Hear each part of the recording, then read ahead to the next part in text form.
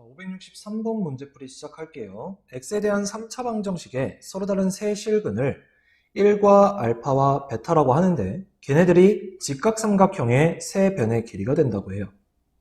이때 상수 k의 값은 m분의 n이고 이때 그 둘을 더하는데 m과 n은 서로서인 자연수라고 합니다. 자, 그럼 우선 이 3차 방정식을 인수분해를 해볼 건데 조립제법을 이용하겠습니다.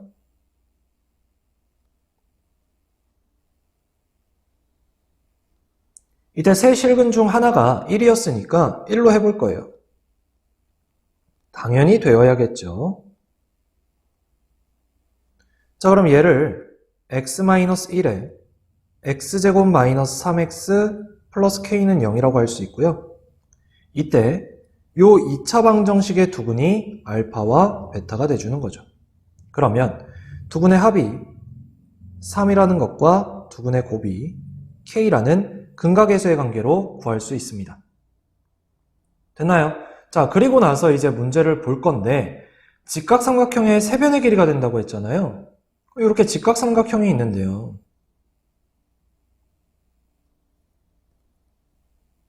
피타고라스 정리를 쓰고 싶습니다. 근데 세 변의 길이가 각각 1하고 알파하고 베타라고 했는데 그중 가장 긴 변의 길이가 뭔지 몰라요. 그쵸? 그래서 분류를 해보도록 하겠습니다. 우선 첫 번째, 가장 긴 변이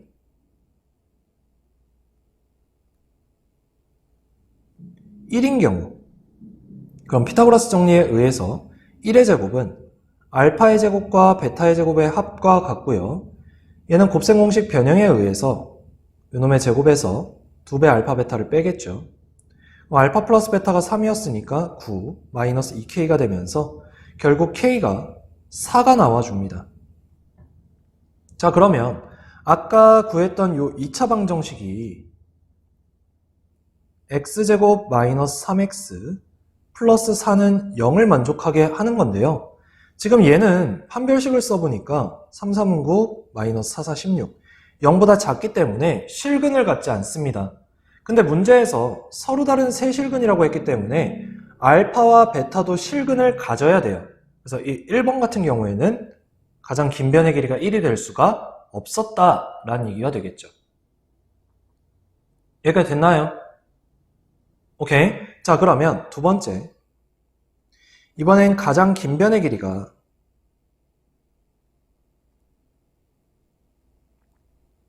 알파 또는 베타였다고 한번 해보겠습니다. 왜 내가 알파 또는 베타라고 했냐면 얘네 둘 다 미지수기 때문에 어떤 한 변의 길이가 알파가 가장 길었다면 얘를 바꿔서 가장 긴 변의 길이가 베타인 경우에도 똑같은 경우가 나올 거예요. 값이 똑같이 나올 거란 얘기예요.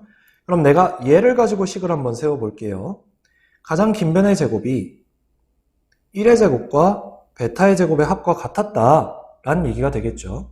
그럼 결국 여기서 알파 제곱 마이너스 베타 제곱이 1이 나와주고요.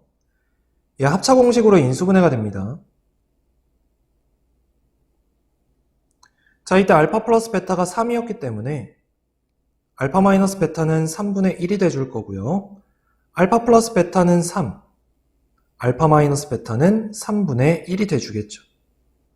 자, 그럼 둘을 더하면 2알파는 3분의 10, 알파는 3분의 5. 같은 방법으로 베타는 3분의 4가 나와주겠죠.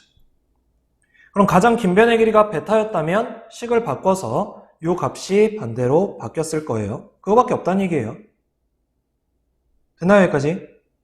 오케이. 자, 그러면 아까 알파 베타의 곱이 k였기 때문에 k는 3분의 5와 3분의 4를 곱한 거고 결국 9분의 20이라는 k 값이 등장합니다. 그럼 분모 분자가 서로 약분이 더 이상 되지 않기 때문에 이때는 m이 9였던 얘기고 n이 22였던 얘기죠. 그래서 둘을 더하면 29라는 답 1번이 나와줍니다.